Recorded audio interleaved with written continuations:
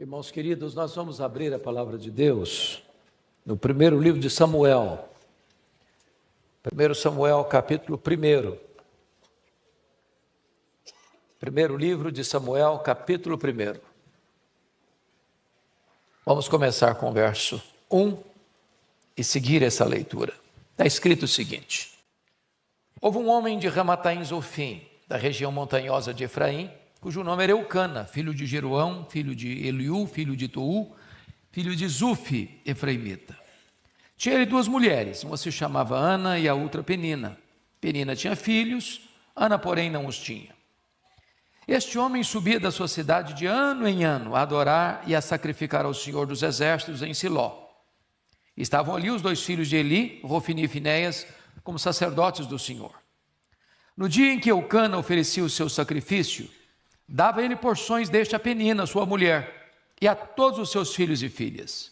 A Ana, porém, dava porção dupla, porque ele a amava, ainda mesmo que o Senhor a houvesse deixado estéril.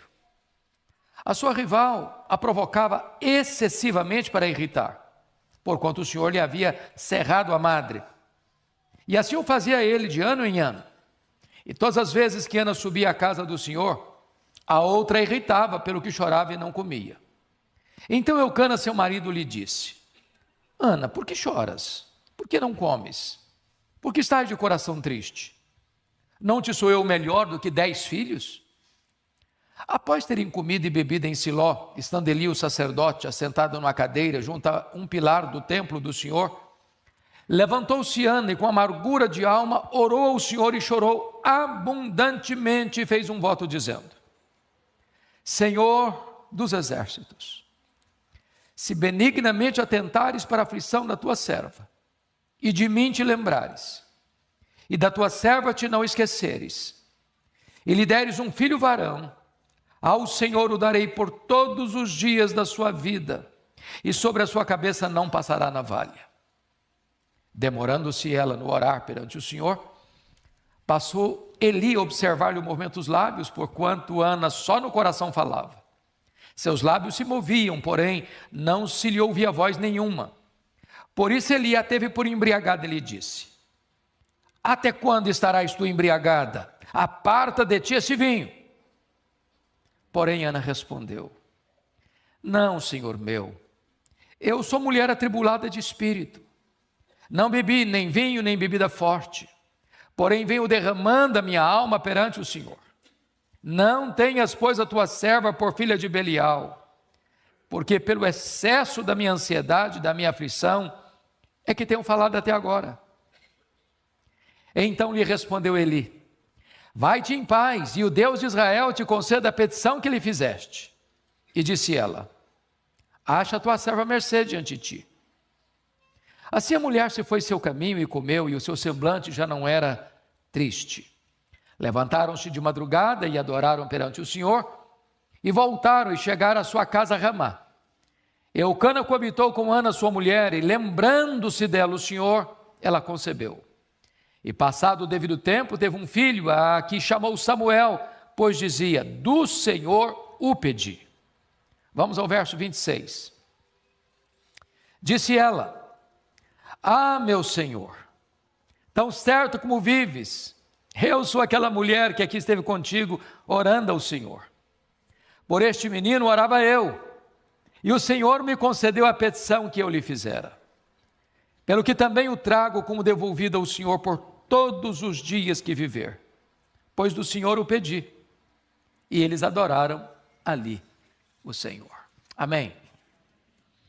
Eu quero falar hoje com vocês sobre o tema: nunca desista de seus sonhos. Era o ano de 1952 na Nova Zelândia. Um grande esportista daquele país, chamado Edmund Hillary, nutriu no seu coração um sonho inédito, um sonho audacioso, o sonho de chegar no topo do Pico Everest, a montanha mais alta do planeta, com mais de 8.800 metros de altitude. Ele preparou-se para aquela grande jornada da vida Mas quando partiu para realizar o seu sonho, ele fracassou, ele não conseguiu chegar no topo do Everest.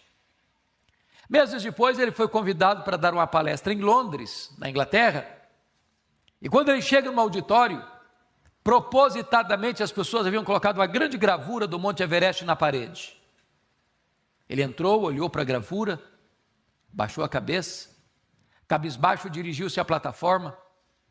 Quando passaram-lhe a palavra, por um momento ele esqueceu o auditório, voltou-se para a gravura e disse: Monte Everest, da primeira vez tu me derrotaste, tu não podes crescer mais, mas eu ainda estou crescendo, da próxima vez eu te vencerei. 6 meses depois, Edmund Hillary era o primeiro homem na história da humanidade a chegar no topo do Pico Everest, deixando para nós um grande legado. Não desista de seus sonhos. Eu sei que vocês têm sonhos, todos nós os temos. Quem não sonha não vive. Quem desistiu de sonhar, desistiu de viver. Mas é provável que neste auditório haja algumas pessoas aqui que já perderam os seus sonhos mais bonitos pelas estradas da vida. Talvez haja entre nós nessa noite quem já viu os seus sonhos mais belos se transformando em pesadelos. Quem sabe até mesmo haja hoje aqui alguém que já desistiu de seus sonhos, já enterrou os seus sonhos, que já colocou no túmulo de seus sonhos uma lápide: aqui jaz os meus sonhos. Pois eu quero encorajar você nesta noite a trazer de volta esses sonhos e a colocá-los na presença de Deus. O Deus Todo-Poderoso está aqui nesta noite, e Ele pode fazer maravilhas na sua vida, e Ele pode ressuscitar os seus sonhos, e Ele pode cumprir os seus sonhos. Esse texto nos fala de uma mulher que tinha um sonho legítimo, sonho bonito, sonho de ser mãe, mas o sonho dela está sendo adiado. Diz a Bíblia que ela é estéril, o ventre dela é um deserto, e eu fico imaginando que se Ana vivesse hoje entre nós, ela enfrentaria algumas abordagens, pastor Arivaldo. Acho que a primeira pessoa que chegaria para ela e dizia assim: Joana, você é uma mulher muito crente, você ora muito, mas tem um problema na sua vida, você está doente, seu ventre é um deserto.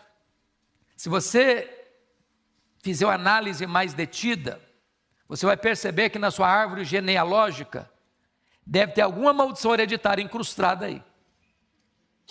Enquanto essa maldição não for quebrada, você não vai ser curado. Só que o problema de Ana não era a maldição hereditária. Se Ana vivesse hoje, talvez alguém chegaria para ela: Ana, ninguém sofre sem causa. Para você estar sofrendo, você deve ter feito alguma coisa errada. Enquanto você não confessar esse pecado, você não vai ser curado. Só que o problema de Ana não era pecado escondido. Se Ana vivesse hoje, talvez alguém chegaria para ela e dizer assim: Ana, deve ter algum demônio da esterilidade escondido aí na sua vida. O que você precisa é ir num culto de libertação. Só que o problema de Ana não era demônio. Confira comigo o versículo 5. Está escrito aí que o próprio Deus a deixou estéril. Veja o verso 6. Está escrito aí que o próprio Deus cerrou a sua madre. De tal maneira que a doença de Ana não tem a ver com maldição hereditária, não tem a ver com pecado escondido, não tem a ver com demônio. A doença de Ana tem a ver com Deus. Foi Deus quem a deixou estéril. E isso pode dar um nó na nossa cabeça, porque a concepção mais comum é que se tem um problema, se tem uma enfermidade, se tem uma doença, isso não pode ter a ver com Deus. E a grande pergunta é: por que Deus adia então os nossos sonhos? E os nossos sonhos mais legítimos? É sobre isso que eu quero conversar com vocês nesta noite. Porque Deus adiou os sonhos de Ana, sendo esses sonhos lindos, belos, legítimos. Em primeiro lugar, Deus adiou os sonhos de Ana, para ensinar a ela uma verdade bendita e gloriosa. E a verdade é esta: o Deus das bênçãos é melhor do que as bênçãos de Deus. A maior necessidade de Ana não era de um filho. A maior necessidade de Ana não era ser mãe. A maior necessidade de Ana era do próprio Deus. Porque o sonho de Ana foi adiado, Ana começa a buscar a Deus como nunca buscara antes. Ana começa a ter experiências com Deus como nunca tivera antes. Às vezes Deus adia os nossos sonhos para nós entendermos que Deus deve ser o primeiro na nossa vida, no nosso coração, na nossa agenda, na nossa vida. Irmãos, nós estamos vivendo uma geração antropocêntrica. Infelizmente, em muitos redutos, o evangelho está se deslocando do teocentrismo para o antropocentrismo. Parece-nos que hoje, muito do que se diz por aí é que a vontade do homem tem que prevalecer no céu, em vez da vontade de Deus ser feita na terra. Passa-se quase a ideia de que Deus é um despachante celestial que tem que sempre estar atendendo à minha vontade soberana. Mas este não é o evangelho. O verdadeiro evangelho é Deus no centro. É a vontade dele sendo feita, é o projeto dele se cumprindo, é a realização do plano dele sendo feito. Então Deus adia os nossos sonhos, para nós entendermos que Ele é o primeiro da nossa vida e Ele tem que ocupar o primeiro lugar no nosso coração. Mas em segundo lugar, Deus adia os nossos sonhos, meus amados, para nós compreendermos que tudo que temos, tudo que somos, veio de Deus, é de Deus e deve ser devolvido para Deus. Olha o que Ana disse para Eli: por este menino orava eu, pelo que o trago como devolvido ao Senhor por todos os dias da sua vida. Se Ana não tivesse entendido isso, ela teria feito Samuel um ídolo na sua vida. Se Ana não tivesse entendido isso, a vida dela teria ficado gravitando ao redor de Samuel. Quantas vezes, meus irmãos, nós pedimos algo para Deus, uma bênção para Deus, e Deus dá bênçãos. Ele é abençoador, Ele é galardoador dos que o buscam. Por exemplo, às vezes as pessoas pedem para Deus prosperidade, e a Bíblia diz que a bênção do Senhor enriquece e com ela não tem desgosto. A Bíblia diz que é Deus quem fortalece as nossas mãos para adquirirmos riquezas. A Bíblia diz que riquezas e glórias vêm das mãos de Deus. Aí a pessoa começa a prosperar. Aí ela passa a não ter mais tempo para Deus. Ela está ocupada demais cuidando das bênçãos de Deus. Dia de semana não dá para vir na igreja, porque está cuidando das bênçãos que Deus deu. Pensar numa vigília de oração, never, nunca, impossível. Está muito ocupado com tantas coisas para cuidar. E de repente a pessoa transforma a bênção, a dádiva, num ídolo.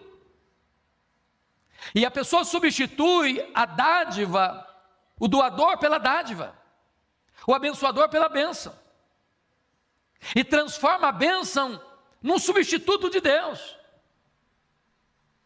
Entenda isso: tudo que você tem, tudo que você é, veio de Deus, é de Deus e deve ser devolvido para Deus.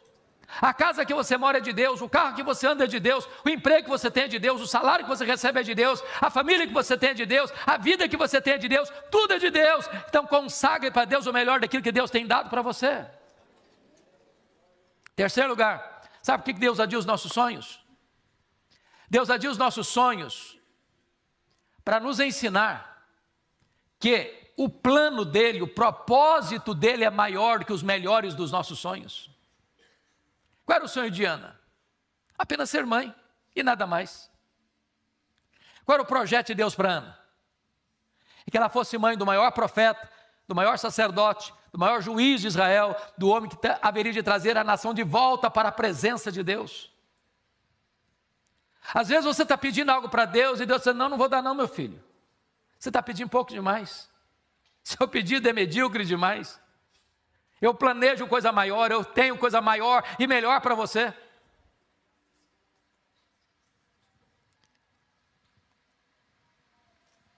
Os pensamentos de Deus são mais altos que os nossos. Os caminhos de Deus são mais elevados que os nossos. A Bíblia nos ensina a orar. E foi Jesus quem nos ensinou, dizendo assim: pedi, dar-se-vos-á. Buscai e achareis. Batei e abrir-se-vos-á. Porque todo que pede, recebe. Todo que busca, encontra. Todo que bate, abrir-se-lhe-á. Isso foi o que Jesus ensinou. Às vezes nós entendemos o contrário.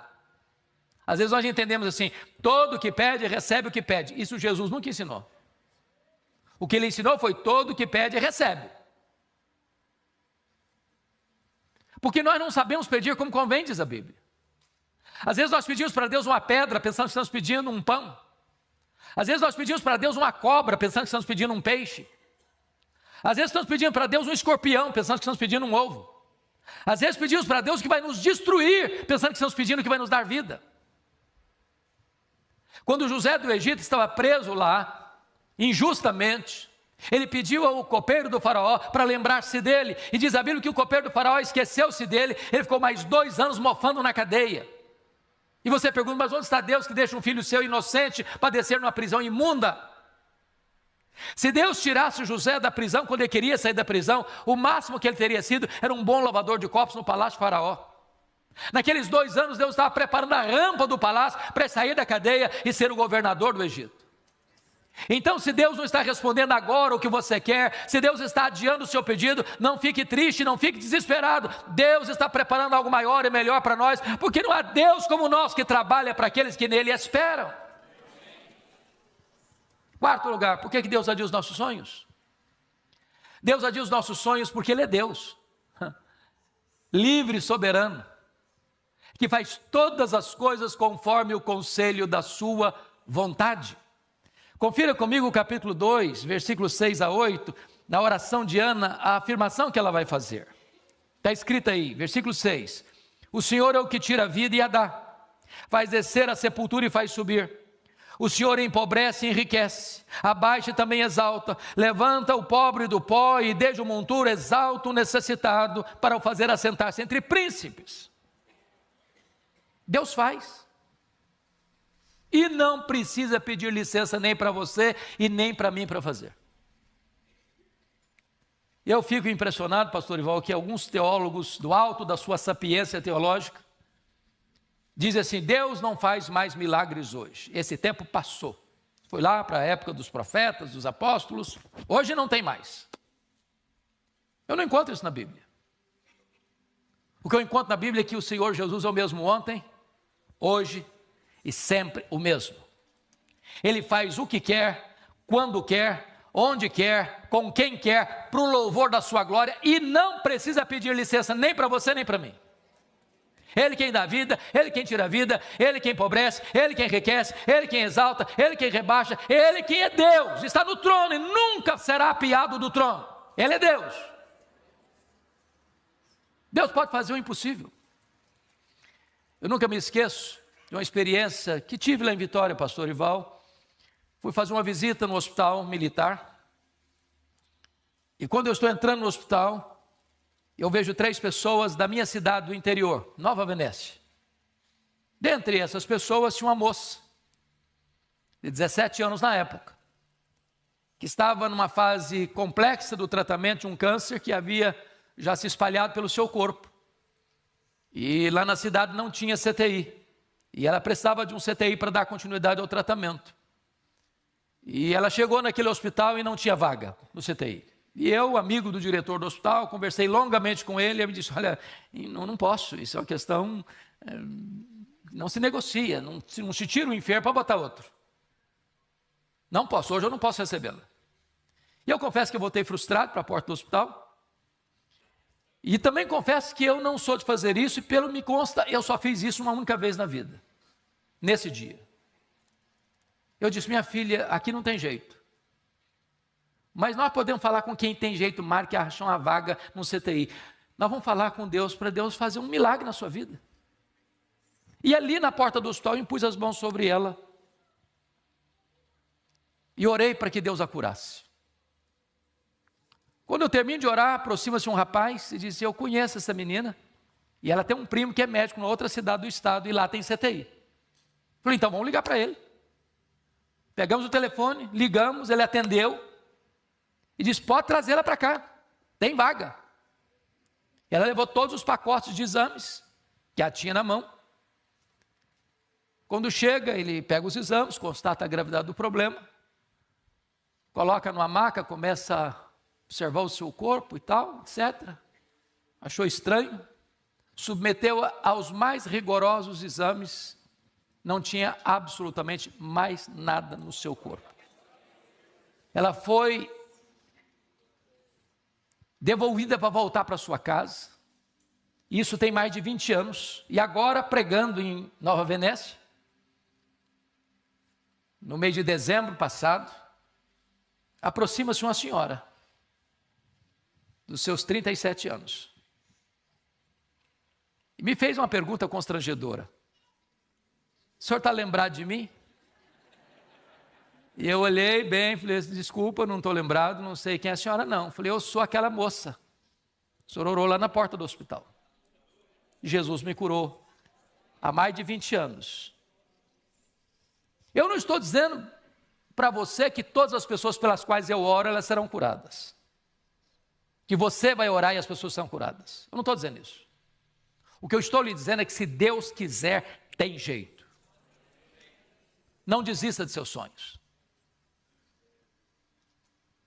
Para Deus não tem causa perdida, para Deus não tem problema sem solução, para Deus não tem doença sem cura, para Deus não tem casamento sem restauração, para Deus não tem família sem resposta, para Deus não tem pecado que Ele não perdoe em havendo arrependimento.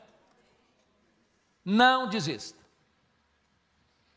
Mas esse texto nos mostra outra faceta, pastor Ival, porque há também assassinos de sonhos.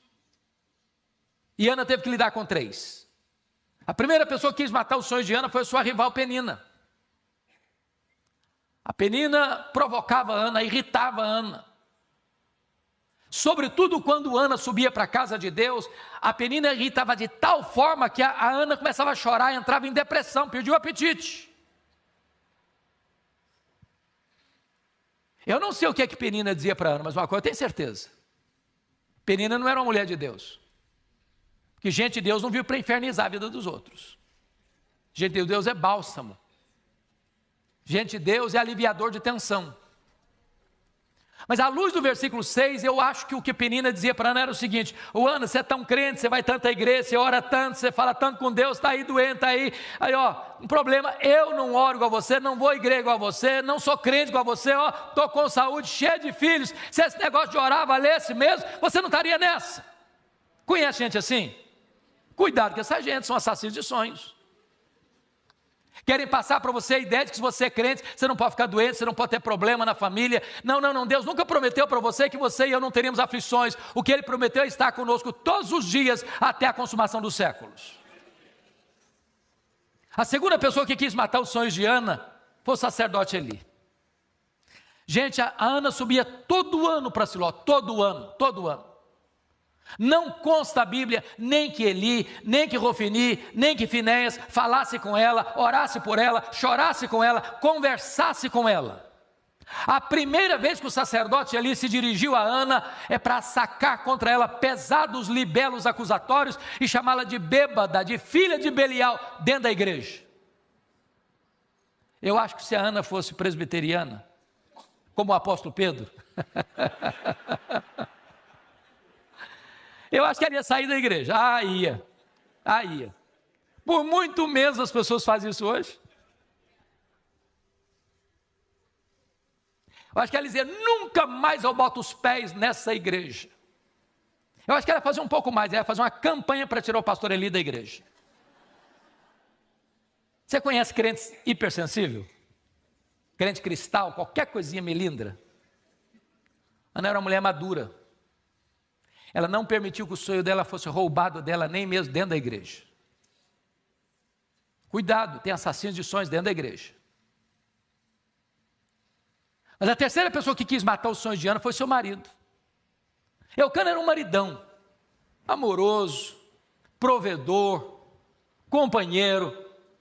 Ele só tinha um problema: cabeça dura demais. Milagre eu não acreditava. Eu conhecia a história da redenção, a história do povo de Deus. Eu sabia como Deus havia curado a Sara, como Deus havia curado a Rebeca, como Deus curado a Raquel. Ele sabia que Deus já tinha manifestado o seu poder nessa área, na vida de mulheres de Deus. E ele está vendo a sua mulher orando, chorando constantemente, ano após ano, ano após ano, ano após ano. Não consta o texto bíblico em momento algum que Eucana dissesse assim: Ana, eu vejo a sua luta, minha filha, eu vejo as suas lágrimas também, e eu vejo como você ora a Deus por essa causa, conta comigo, estou do seu lado, eu vou orar com você também, quem sabe Deus nos escuta. Ele nunca fez isso, pelo menos não há registro bíblico disso. Mas consta no versículo 8, que um dia chamou Ana para uma conversa. Aquela conversa que marido e mulher têm com a porta trancada do quarto. E eu vou parafrasear a conversa, porque eu acho que foi mais ou menos o seguinte: Ana, vem cá, filha, eu preciso bater um papo com você. Ana, não dá, né? Já está ficando uma obsessão, minha filha. Está virando uma doença. Você tem que parar com isso. Chega. Para. Para que você fica insistindo numa causa impossível? Não tem cura, Ana. A junta médica de Ramá já deu o diagnóstico, não tem cura. Então, para que você insiste? Para com isso. Ô, Ana, aliás, deixa eu dizer uma coisa, você não está curtindo nenhum maridão que você tem, filha. Olha aí, eu sou melhor que 10 filhos para você. Se fosse hoje, eu diria: Ana, pensa em mim, liga para mim, chore por mim, não chore por ele, Ana. Assassino de sonhos. Pode estar mais perto de você que você imagina. Não desista de seus sonhos. Mas me permita ir para o último ponto da mensagem. O que fazer quando os nossos sonhos estão sendo adiados? Ana nos ensina 3 coisas. A primeira coisa: se os seus sonhos estão sendo adiados, continue crendo que Deus pode responder sua oração e fazer um milagre na sua vida. Não desista. Tem gente que desiste cedo demais. Convenhamos, irmãos, quantas pessoas que numa hora de crise acharam que não tinha mais jeito no casamento, que desistir do casamento, que desistir da família. Caminhe um pouco mais, persevere um pouco mais, chore um pouco mais, ore um pouco mais, jejue um pouco mais. Não desista. Não jogue a toalha. Tem gente que está no limiar da vitória e retrocede.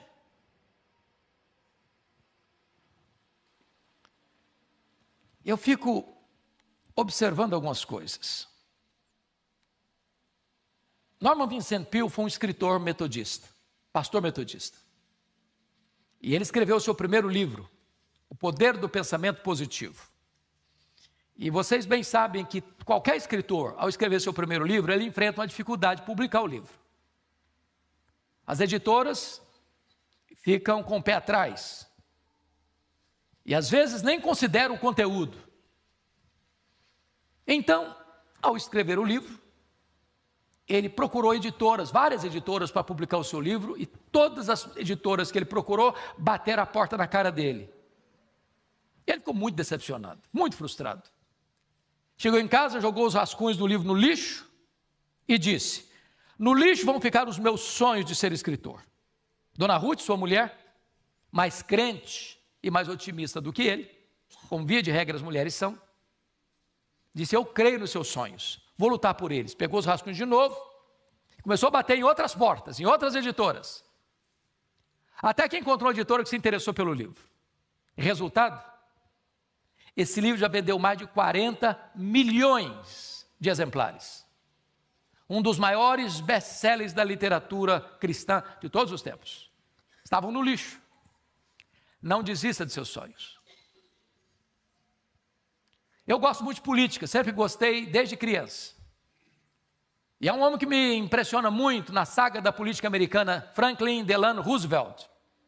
Estudou em Columbia, estudou na Universidade de Harvard, entrou na política, teve vitórias expressivas, mas o sonho dele era ser presidente dos Estados Unidos da América. Com 39 anos de idade, sofreu poliomielite e ficou paraplégico, numa cadeira de rodas. Alguém disse para ele, numa cadeira de rodas: você nunca será presidente dos Estados Unidos da América. Ele respondeu: eu nunca vou desistir. Foi o único homem até hoje na história americana que foi eleito e reeleito presidente dos Estados Unidos da América 4 vezes consecutivamente numa cadeira de rodas. Não desista de seus sonhos. A segunda coisa que Ana fez, quando viu que o seu sonho estava sendo adiado, é que ela se agarrou nas promessas da palavra de Deus. Olha o versículo 17 comigo. O mesmo Eli que falaram uma tolice para ela, chamando-a de bêbada, agora abre a boca, é um profeta de Deus. Quando diz para ela assim, vai em paz para a tua casa, e o Deus de Israel te conceda a petição que ele fizeste. Essa palavra é boa, essa palavra é de Deus, essa palavra Ana acolheu no coração, essa palavra trouxe cura e libertação para Ana. Então, notinha de rodapé. Tem muita gente, nós pastores conhecemos isso, mais de perto, que um dia escutou uma palavra atravessada, do pai, da mãe, do namorado, da namorada, do noivo, da noiva, do marido, da esposa, do professor, da professora, do patrão, da patroa, e aquilo entrou com uma flecha cheia de veneno e adoeceu a vida. Se alguém falar uma palavra dessa para você, não hospede no coração não. Mas se alguém lhe falar uma palavra de Deus, receba isso. Vejam vocês que Ana teve 2 curas distintas. Quando ela creu na promessa, diz o texto que ela sai de Siló, o rosto dela brilhava, a tristeza foi embora, a alegria voltou, a confiança voltou, a fé reacendeu no seu coração. Mas diz a Bíblia que ela desce para Ramá, e lá ela deita com o marido, coabita com o marido, e Deus se lembrou dela, e ela concebeu, e deu à luz a um filho, a quem pôs o nome de Samuel. Nas entrelinhas eu fico até imaginando a seguinte coisa, ela queria ser mãe, para ser mãe ela tinha que se relacionar com o marido, e uma mulher que vive o tempo todo num quarto escuro chorando, não fica muito atraente para o marido. E agora eu imagino o semblante renovado, brilho nos olhos, sorriso nos lábios, um brilho na face. E então ela volta, coabita, Deus se lembrou dela, no sentido de agir na vida dela, e o milagre se historificou. Lá em Siló Deus curou a alma dela, lá em Ramá Deus curou o ventre dela. Lá em Siló ela creu, lá em Ramá o milagre aconteceu. Se você crê, você verá a glória de Deus. Mas o último ponto, irmãos, a última coisa que Ana nos ensina quando os nossos sonhos estão sendo adiados, é que se seus sonhos estão sendo adiados, volte às trincheiras da luta. Não entregue os pontos, não jogue a toalha. Não desanime, não, continue lutando. Você não administra o tempo, Deus está no controle. Não tem acaso, não tem sorte, não tem azar, não tem determinismo, não tem nada de misticismo, de sincretismo, não. Deus é soberano, Ele está no controle, Ele ama você, Ele conhece você, Ele sabe a sua necessidade. Então persevere crendo que Deus está no controle, e volte a lutar, volte a sorrir, volte a cantar, volte a crer, volte a esperar um milagre de Deus na sua vida. Eu sempre gostei muito de ler, e é um autor que eu gosto de ler, embora não seja um autor cristão. Og Mandino. Og Mandino era alguém que aos 35 anos de idade estava falido, bêbado, caído numa sarjeta, abandonado pela esposa, pela filha, pensando em suicídio. 10 anos depois, Og Mandino estava no topo da fama mundial, escrevendo livros lidos e traduzidos no mundo inteiro, encorajando as pessoas a viverem com otimismo. E eu fico imaginando se um cara que não é crente consegue viver com otimismo, e você e eu, filhos do Deus vivo, que podemos dizer: este é o dia que o Senhor fez, alegremo-nos e regozijemo-nos nele. Ô, gente, crente tem que ser animado, sabia? Crente crê nas promessas de Deus. Todo dia você devia abrir a janela do seu quarto, ao amanhecer, e dizer: meu Deus, pode ser hoje o grande dia de uma grande vitória. O que é curioso é que Og Mandino, no seu livro autobiográfico, diz o seguinte: você quer começar o seu dia animado? Então eu tenho uma boa dica, diz ele. Você faz o seguinte: antes do café da manhã, você pegue o melhor jornal da sua cidade. Eu nem sei se tem melhor, hoje está complicado, mas faz de conta que é o melhor. Só um detalhe, ele diz: você não deve começar o seu dia lendo as páginas políticas, você vai ficar depressivo, até revoltado. Então pula logo essa página. Claro, você não vai querer começar o seu dia lendo as páginas econômicas. Parece que a economia do Brasil está um pouco meio complicada. Então pula também essa página. Bom, você não é tão corajoso a ponto de querer começar o seu dia lendo as páginas policiais, você vai ficar com medo de sair de casa, então não lê também. Bom, você não deve começar o seu dia lendo as páginas esportivas, porque de repente você é corintiano, o seu time não está nada bem nessa fase. Então pula também essa fase logo. Bom, você quer começar o seu dia animado mesmo? Faz o seguinte: começa na página do obituário. É, a lista das pessoas que morreram. Só um detalhe, você tem que ler tudo. Tudo. Os nomes grandes, os nomes pequenos, lê tudo. Ao final dessa leitura você vai descobrir algo fantástico. O seu nome não está nessa lista. Você vai descobrir que as pessoas que estão nessa lista dariam tudo para estar no seu lugar, mas elas estão mortas. Você vai descobrir que você está vivo. E se você está vivo, um milagre de Deus pode acontecer na sua vida hoje. Não desista de seus sonhos. Essa mensagem tem um sabor especial para mim, porque eu sou fruto de um sonho. Meus pais moravam numa região muito, muito pobre, nos idos de 1958, no interior do Espírito Santo. Não tinha estrada, não tinha carro, não tinha médico. Quando a pessoa ficava doente, ela tinha que ser transportada num lençol, amarrada num varal, uma padiola, 40 quilômetros onde ficava o médico. A minha mãe estava grávida, num estado adiantado de gravidez, quando caiu gravemente enferma. Meu pai sabia que ela não suportaria uma viagem de 40 quilômetros, sendo transportada pela trilha. Então ele mandou chamar o médico, ele veio, examinou-a e disse: essa mulher não vai sobreviver. Ela está muito fraca, está muito doente. E a criança que está no ventre dela está em agonia de morte. A única chance aqui é de salvar uma pessoa. Para salvar a mãe tem que sacrificar a criança. Se não sacrificar a criança, a mãe morre junto com a criança. Diante daquele dilema, a minha mãe tomou outra decisão. Ela disse: eu não desisto desse filho. Eu não abro mão desse filho.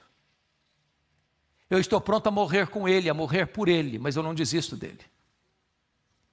E naquele momento ela fez um voto para Deus. Disse: meu Deus, se tu poupares a minha vida, se tu poupares o meu filho, eu consagro este filho para ti, para ser um pastor, um pregador do Evangelho. Deus ouviu a oração da minha mãe e eu nasci. Nasci na roça. Fui calçar o meu primeiro par de sapatos com 8 anos de idade, com as mãos calejadas.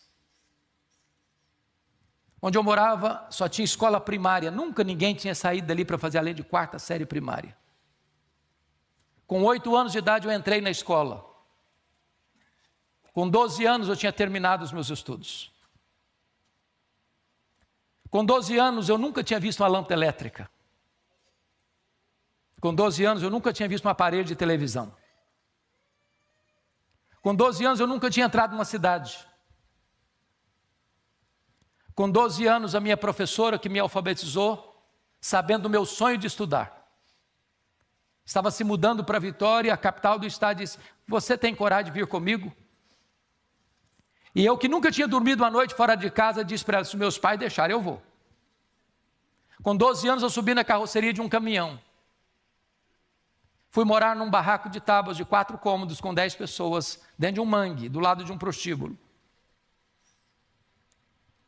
Na minha luta foram tempos difíceis, muito difíceis. Algumas vezes eu namorei um pão de sal na vitrine de um botequim, com muita fome, sem dinheiro para comprar um pão de sal para comer. Mas eu tinha um sonho e queria lutar por ele. Meu sonho de criança era ser político, pasmem vocês, e advogado. Eu não perdi um comício por nada. Naquele tempo, os comícios eram feitos nas praças. E enquanto o último orador não descia do palanque, eu não ia embora. No dia que eu fiz 18 anos, eu tirei meu título e me filiei num partido. Minha mãe sábia que foi, nunca me contou esse projeto dela com Deus, para mim. Que ela não queria que eu fosse sugestionado, ela queria que Deus me chamasse. E um dia eu conversava com um presbítero, José Scherrer, e falava para ele: olha, presbítero, depois que eu realizar meus sonhos, depois que eu me tornar um advogado, depois que eu me tornar um político, depois que eu realizar meus projetos de vida, no final da vida eu quero entrar num seminário, me preparar para servir a Deus no final da minha jornada. Esse homem botou o dedo no meu nariz, com a autoridade de Deus, e me disse: você quer dar as sobras para Deus? Deus quer você hoje, Deus quer você agora. Deus quer a sua juventude. Aquela palavra entrou no meu coração como uma flecha. E eu saí dali 1000% convencido de que naquele momento Deus me chamava para o ministério. Quando eu fui contar para minha mãe, naquele mesmo dia, o que estava acontecendo, ele disse: meu filho, por esta causa, eu já orava antes mesmo de você nascer. Minha mãe era uma mulher analfabeta. Nunca teve o privilégio de sentar num banco de escola. Um dia ela chorando na sua casa, porque ela amava a Bíblia, tinha vontade de ouvir a Bíblia, mas nem sempre tinha alguém para ler a Bíblia para ela. Ela saiu chorando para o quintal, tropeçou numa cartilha velha, suja, rasgada, e ela pegou aquela cartilha e disse: meu Deus, me ensina isso aqui, me ensina essas letras. E ela aprendeu a ler naquela cartilha, sozinha. Lia fluentemente a sua Bíblia. Antes dela partir para o Senhor, ela me chamou à sua casa, me contou toda essa história. E eu confesso para vocês que eu chorei muito com ela. Eu a abracei, disse: mamãe, a senhora está me ensinando as coisas mais importantes da minha vida. A senhora está me ensinando que o mais importante não são os meus projetos, são os planos de Deus. A senhora está me ensinando que um filho que tem uma mãe que ora por ele nunca é um filho pobre. E naquele dia, eu compreendi como Deus é maravilhoso. Porque hoje, se eu tivesse 10 vidas para viver, eu queria ser pastor em todas elas. Não há nada mais sublime e mais precioso do que ser um pregador do Evangelho de Cristo Jesus. Você veio aqui hoje e você tem sonhos. Nós queremos orar por você, para que você jamais desista desses sonhos.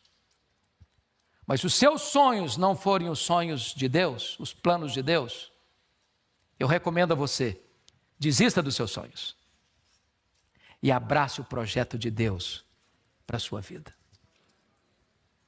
Fique em pé onde você está, eu quero orar com você.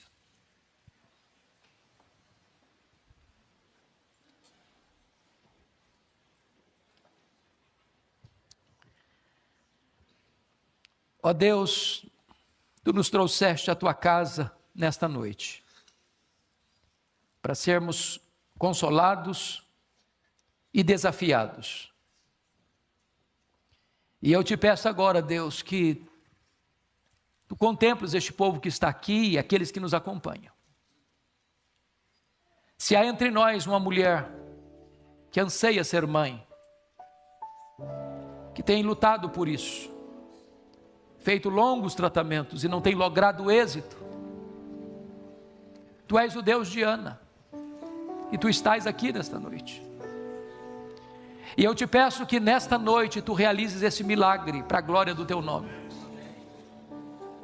E que em breve nós possamos ouvir testemunhos daquilo que tu estás fazendo nesta noite, na vida de muitas mulheres aqui presentes e que nos acompanham.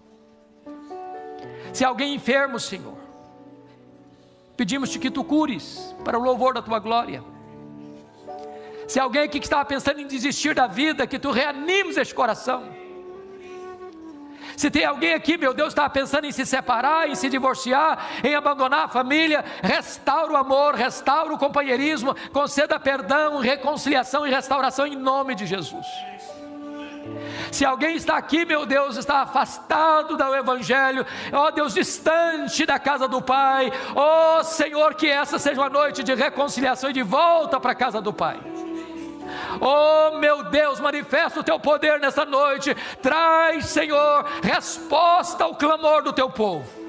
Nós oramos a este Deus soberano, o Deus da nossa vida, o Pai de nosso Senhor Jesus Cristo, o Deus que nos ama, e nós oramos em nome de Jesus. Aleluia. Amém.